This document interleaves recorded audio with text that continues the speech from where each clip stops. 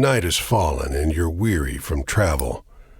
Stars fill the sky above, and in front of you is a brightly lit wooden house, the only building you've seen for days. You walk toward the house, hearing the sounds of laughter and talk as you reach the door and push it open.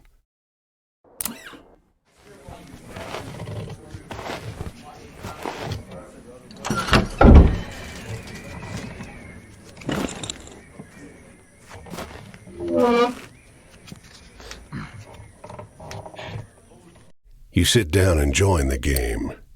It's a cheap buy-in, and not many of the other players are very good. The lady fiddling with dice gets good cards, but has no real strategy. The man to your right seems to just hold on to the highest cards he has, regardless of suit or any consideration of matches. The man in gray across from you, though, he's good. He already had the largest pile of coins when you bought in, and while your winnings grow quickly, you can't quite catch him. One by one, the other players leave the table, sometimes with pique or with wry humor, leaving their winnings with you or the man in gray.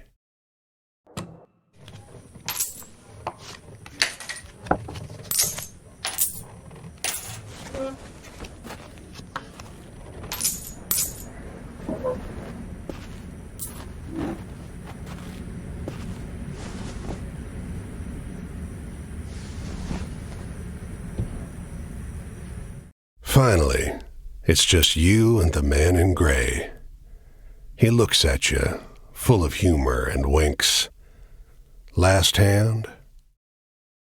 He deals, you draw, and look at your hand. It's good. It's great. The best hand, in fact. A royal straight flush. Spades. Aces high. But the man in gray pushes forward his whole pile. You're not sure exactly how much it is, but it's more than you've got. You can't match that. The man in gray stops you. Now, if you like, I'll let you wager your word. I know you'll be good for it. Just promise you'll pay the debt, however I ask. The man in gray smiles. All right, then. I'll call.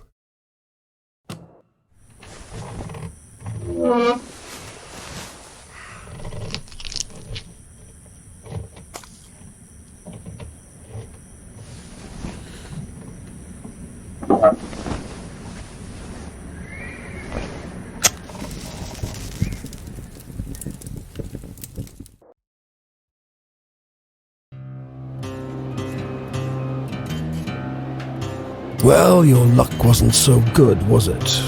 That's quite the hand, but not for the game we're playing. I'm afraid you owe me. Your life, sure, but more than that, your labor. You see, this land is built on stories. It's one big story, this country, woven of many small ones. Few of the small ones are strictly true, and the big story is mostly a lie. All the stories and songs and myths and legends start somewhere, with a seed. As they're told and retold and passed around, they grow and change to become the stories we know. To pay your debt to me, you'll be carrying stories, finding the seeds first and then spreading them, telling them onwards so they can begin gaining strength. This is no light task. Stories are heavy. Most of the stories you'll find will be small seeds. They might be true, but they grow wild and unbelievable with the telling.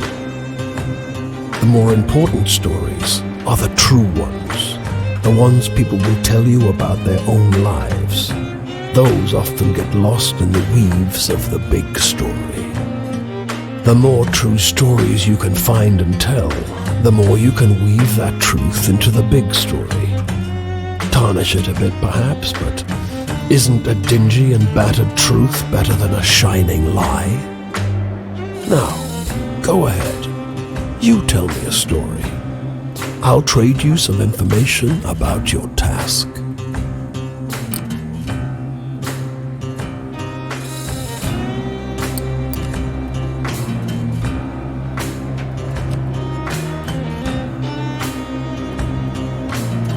It's just luck. Funny how bad luck seems to follow the folks who already have problems aplenty. Well, try your luck out there in this country. See how the dice treat you. It's not all bad. You'll have to work hard, but I'll give you the gift for seeing the true shapes of people. Not many who can do that.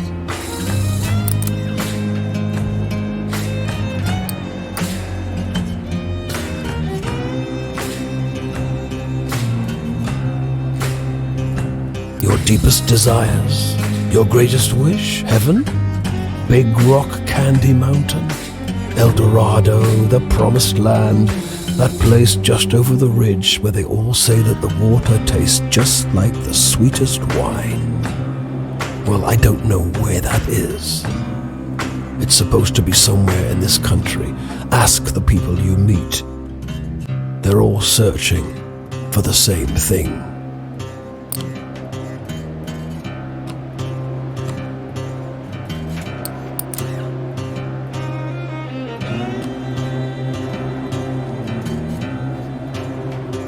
You'll sometimes have to make choices about what kind of story you're finding. Is it a love story or a tragedy? Don't gather too many of one kind, though. This grand story needs variety.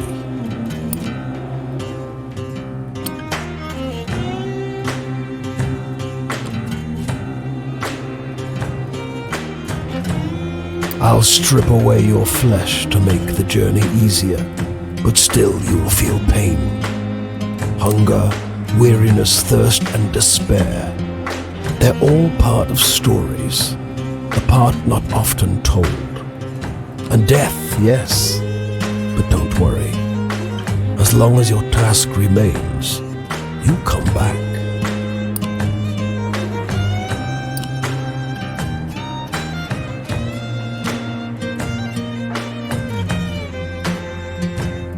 Travel? That's your job. Wander from place to place, gather those stories and spread them. People get bored hearing the same stories over and over. But an old cliché in one state might be a rip-roaring new yarn in another. Go on your way, seeker. Maybe we'll meet again, or maybe not. Either way, it'll be an experience for you. I'm jealous in some ways. I hope you find what you're looking for.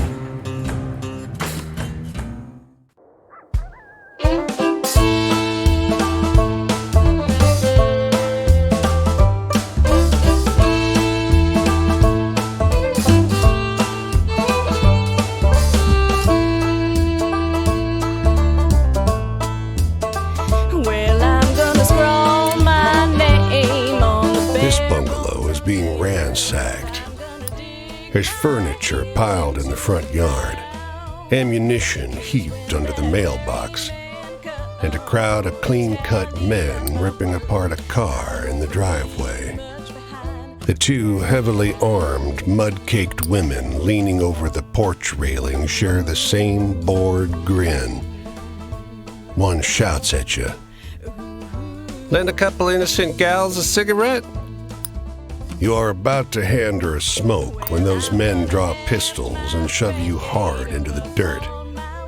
"You know these girls?" they demand. Once they've dumped your bag out into the road, they decide you're harmless. "If you were selling booze too, you'd have a lot more cash," sneers one. On the porch behind him, the two bootleggers are fingering their empty rifles, grinning in disappointment.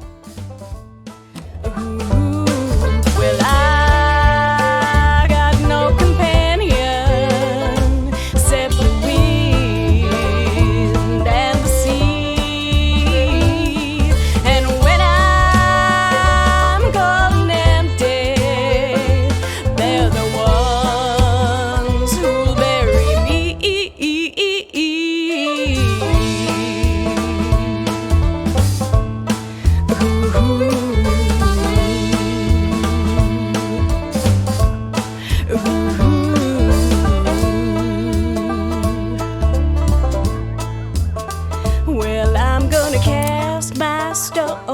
Off the road and into the woods, you can't help but come across this package by the old tree tied to a sturdy stick.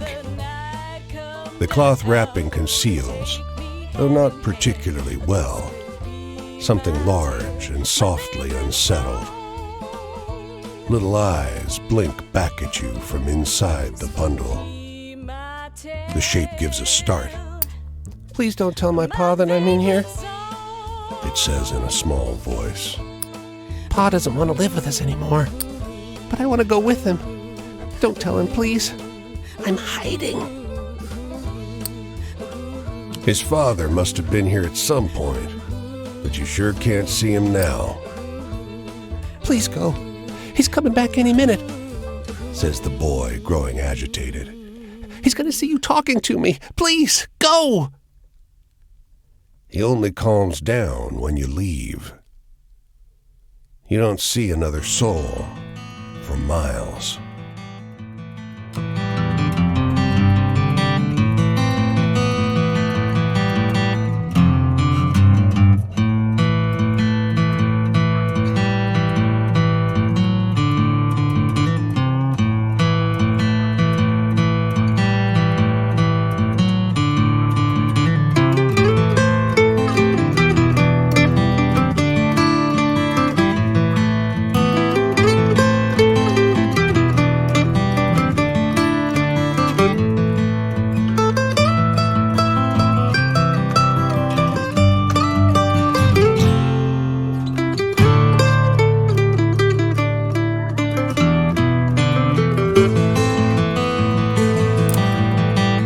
They don't come every year, you know. The old man is sitting at the edge of a rotting old pier, crooked legs dangling over the water. He watches a pair of seagulls preen and groom each other on a rock just off the shore. They seem to wait for something together, fidgeting and rubbing against one another. And when they fly off, they fly together. These two, these same two, have been coming here ever since I was a boy. He watches them fly away until their bodies are dots vanishing into the low sun. Always the same pair. Wonder what keeps him coming back to this town. He shrugs. It must be home.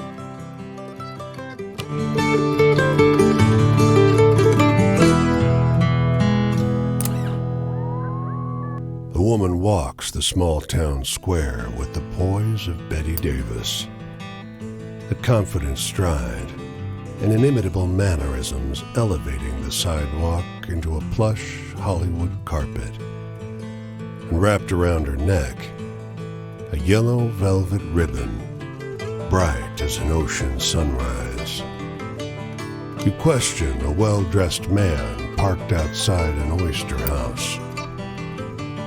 Prudish woman. I took her on a fine date and she didn't remove so much as a ribbon. Excuse me, can you step back from the coupe? That's the spirit. You decide to seek a second opinion. You talk with a waitress smoking outside a diner. Something funny about her. Just showed up one day. Doesn't work, doesn't live anywhere as far as I know. Just around. Myself, I'd love to know who made all her beautiful clothes. You ask the woman if you may join her at a public bench. You may. Lovely outside, isn't it? Her eyes are a beautiful shade of brown. Beneath the yellow ribbon, a thick, fibrous scar wraps around her throat. Weather like this, it reminds me of Paris.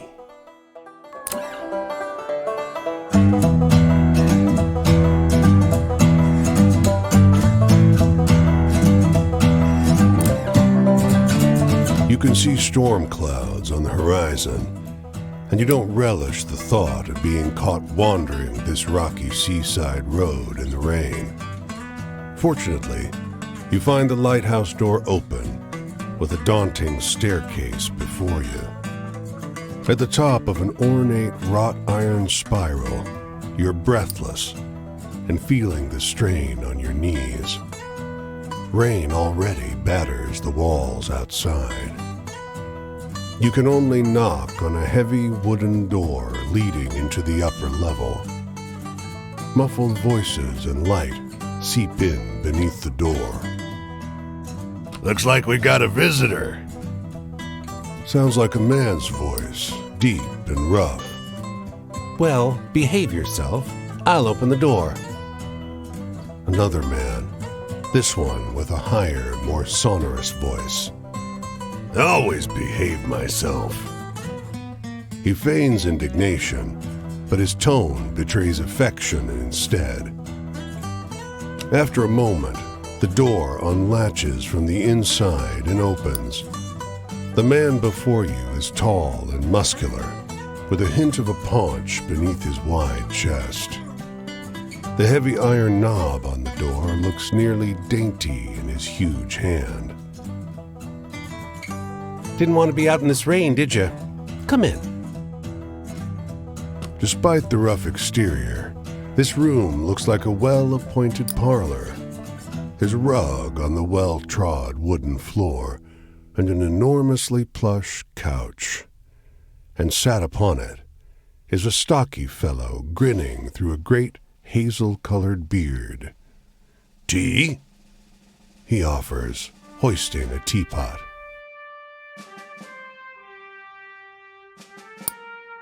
"A few years." The tall one sits on the sofa, wrapping his arm casually around the other lighthouse keeper. "5, says the smaller, but by no means small, man. "That long? Time flies. We traveled together before that. You must have some good stories from the road, huh?" You wake up the next morning on their old sofa, still warm from an excess of tea. And cakes? There might have been little cakes. Prodigious snoring rumbles in from the floor above you, and you quietly take your leave.